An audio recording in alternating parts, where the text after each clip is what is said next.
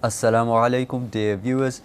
You're watching Arba'een Q&A with myself, Muzaffar Hyder. Welcome to the show. And here in the studio today we have with us the Honorable Sheikh Ali. Sheikh Ali, Assalamu alaikum. Wa alaikum assalam wa rahmatullah. It's a pleasure to have you here. Thanks for having me. So today I have a question for you just to open the discussion, and that is this whole walk that we do in Arba'een from Najaf to Karbala. And it's the largest the largest yearly gathering of human beings on the face of the planet. Wow, that's just incredible. It's an honor to have that as part of our religion and our school of thought even. But my question is, why? What is its significance? Why do we do this? A'udhu billahi minash shaitanir rajim. Bismillahir rahmanir rahim.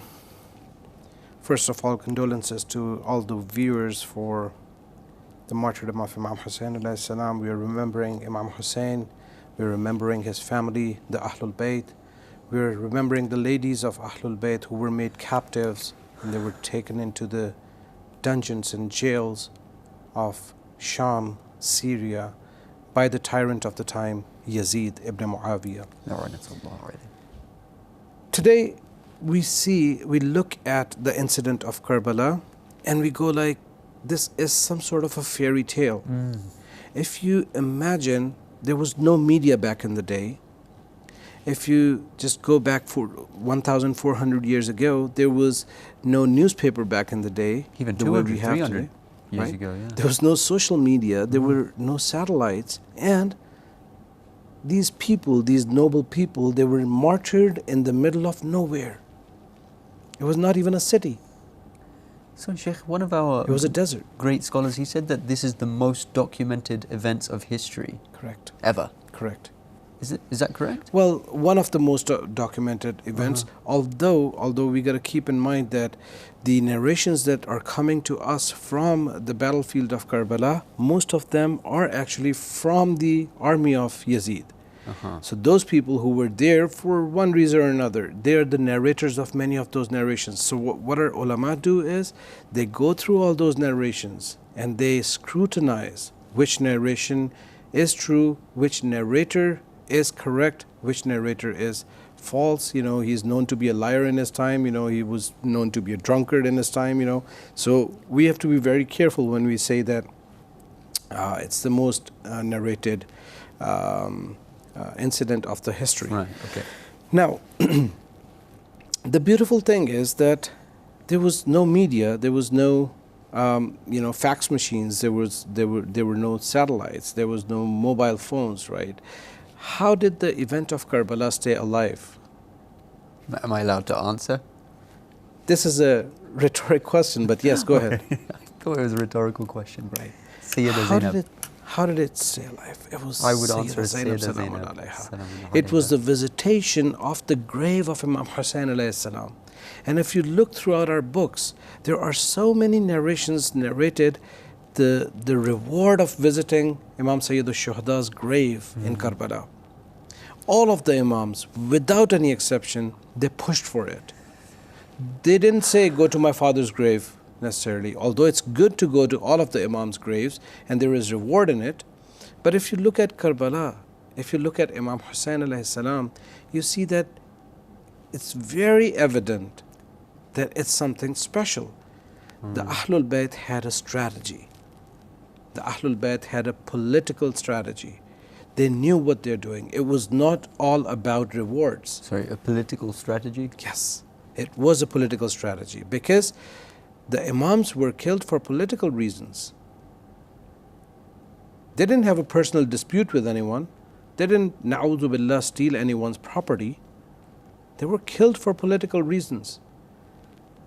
There was, throughout the time, from Rasulullah onwards, there was a battle between the divine governance, which we say Hukumat-e Alawi, and then the Hukumat-e Umawi.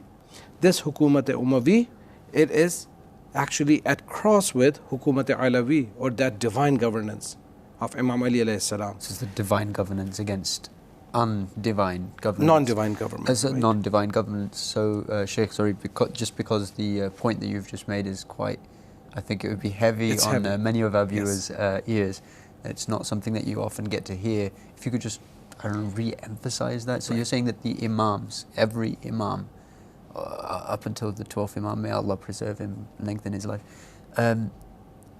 every one of them was martyred for political reasons. Yes. Islam is a complete religion, right? And politics is part of religion. It is not separate. Politics is what? Your set of policies. See, when we say politics, some people get thrown off that it's something wrong. No. Every single person, every single community, even a family unit has to have a set of policies. That set of policies, when altogether labeled, is called politics. Islam similarly does not leave us alone when it comes to politics. Prophet Muhammad sallallahu alaihi wasallam formed the first Islamic government. If forming a government is politics, so be it. Forming a government is a divine responsibility which even Imam Mahdi alayhi salam is going to be doing, right? We all say that. Shias or Sunnis. I believe it was. This whole political movement was confronted, this divine political movement was confronted by the non-divine political movement.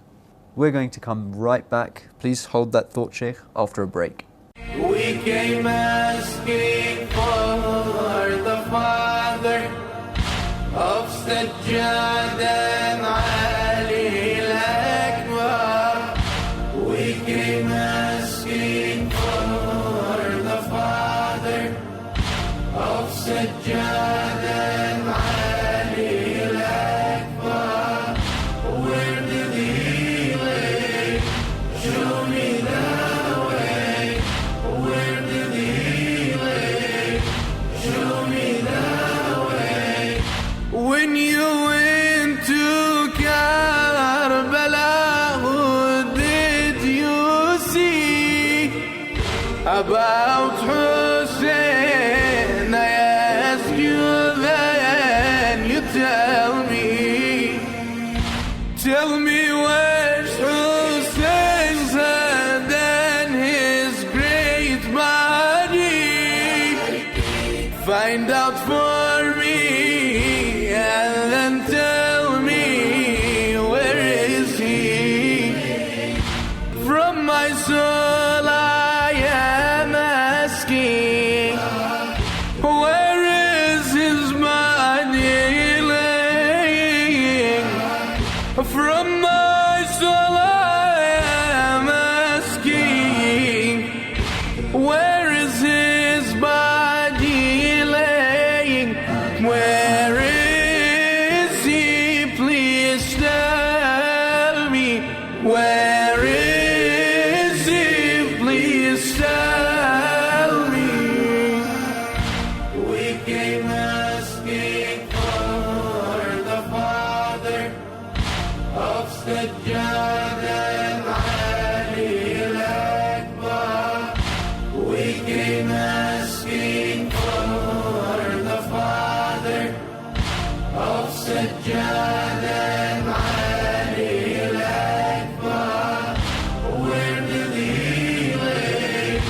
Show me the way. Where did he lay? Show me the way. When you went to Karbala, did you see how did the moon of Hashim fall? Tell me how.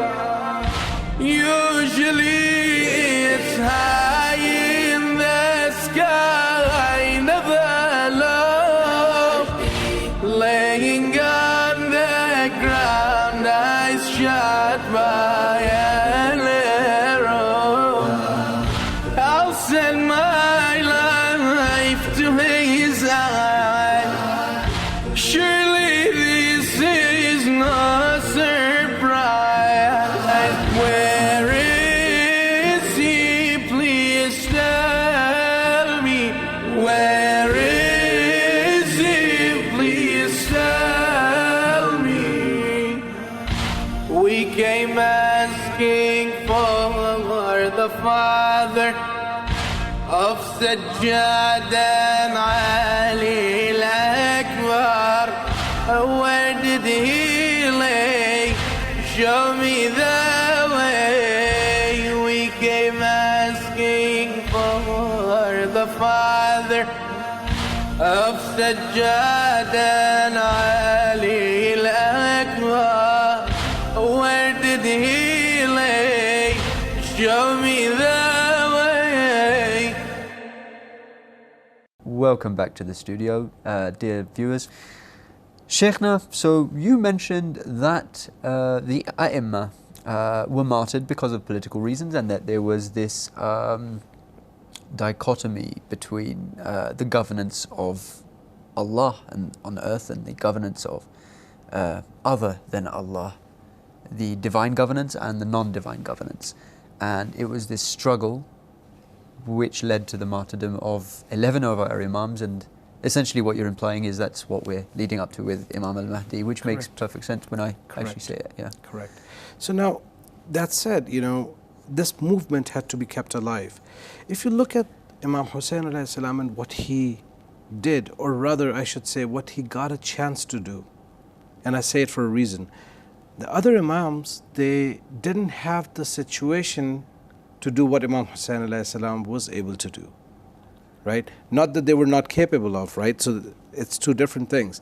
All of the Imams, they were capable of doing what Imam Hussein alayhi salam did, but it is the situation, it is the condition of the Muslim Ummah, it is the condition of the society at that time. Okay? So Imam Hussein alayhi salam, if you look at what he did, it stands out even within this movement of the infallible Imams. It does, definitely, yeah. If you look at somebody taking all of his family there, right, companions there, friends there, relatives there. Yes, Imam Ali alayhi salam got martyred as well. Imam Hassan alayhi salam got martyred as well. But Imam Ali was in the masjid praying. Imam Hassan alayhi salam, again, he was poisoned in his house. Imam Hussein alayhi salam, his movement is so different, which is a continuation of that same movement, and we're going to talk about that. He was martyred, and as a result of that, the ladies were made captives. This was unprecedented. No. At this scale, taken through the streets, taken to the courts, right, put into jail. This was something unprecedented. Publicly Humiliated. That's what they were trying to do. They were trying to, na'udhu billah, humiliate Ahlul Bayt, which Allah subhanahu wa ta'ala is the one who took care of their dignity and their respect. But the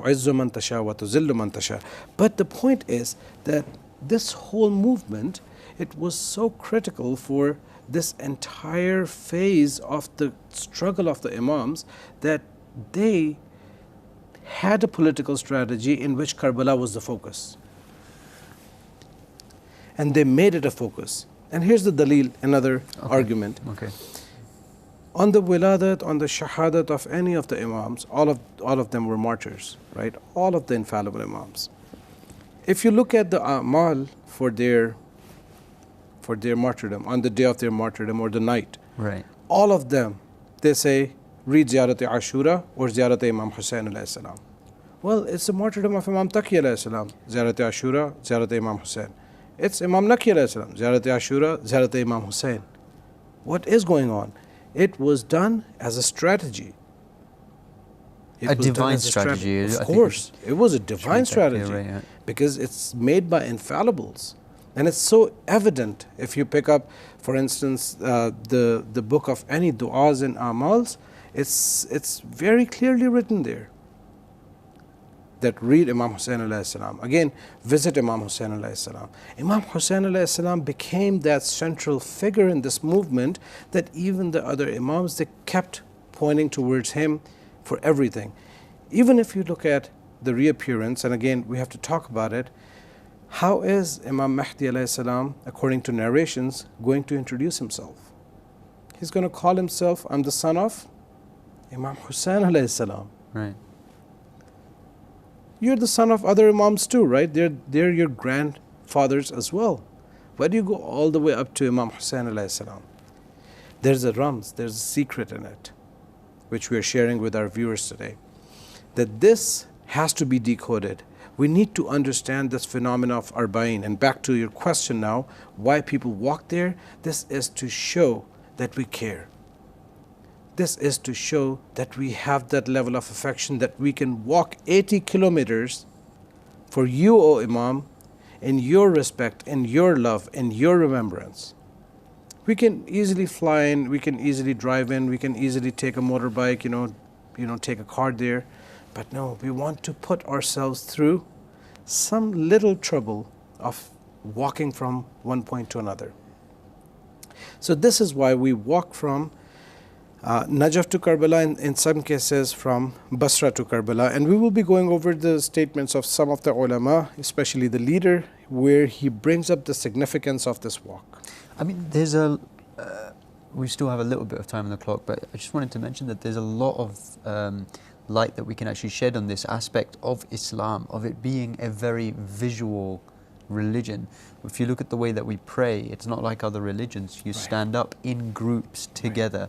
You give the adhan loudly, you stand up, you bow, you do sujood. It's a very visual act. It's a very we are here, we exist statement to make. Arba'een is a similar thing to that, in that it's almost, it's a march, it's a protest, a yearly protest, and it's the biggest protest in the world against all acts of oppression, it could be argued. 20 million people every year gather on the land of Karbala or in Iraq, and they take this walk to pay the tribute to Imam Hussain alayhi salam. It's the largest gathering on the face of the planet Earth that, by the way, media blacks out. They choose to black out. I've noticed that, yeah. Which is very interesting, and we should one of these days talk about it. But this march, which is a recurring phenomena, there's no recurring yearly march or walk that is even nearly as big as what happens in Karbala on the Arba'een, on the 20th of Safar, or around that whole entire week, because people want to, and they want to be on the shrine of Imam Hussain alayhi salam in Karbala on the 20th of Safar. This is something they have passion for, and that's why they traveled all the way from different parts of the world. And this is another beauty of this whole event, a yearly event, that it's a multi-ethnic and multinational and multi-religion. In Arba'een, you see so many countries' flags there. It's actually a beautiful thing to experience. Dear viewers, that's actually all we have time for today. We hope that you benefited from the show. We'd like to thank dear Sheikh Ali. Thank you very much for being here. Jazakallah, we benefited from you. Now, we'd like to just leave you with this thought. How is it that you see Islam? And just a final afterthought here. If Islam was the establishment, if Muhammad sallallahu alaihi wasallam, he established something, a movement, he began something big. Imam Hussain alayhi salam revived it, he saved it at a time where that mission and that cause was in jeopardy. And the Islamic revolution is nothing but a continuation of that grand revolution that was begun by Imam Hussain.